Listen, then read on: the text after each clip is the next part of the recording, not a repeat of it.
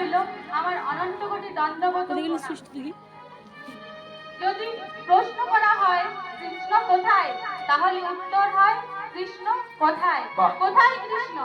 যেখানে কৃষ্ণের কথা হয়, যেখানে কৃষ্ণের নাম গান হয়, সেখানে ভগবান বিরাজ করেন।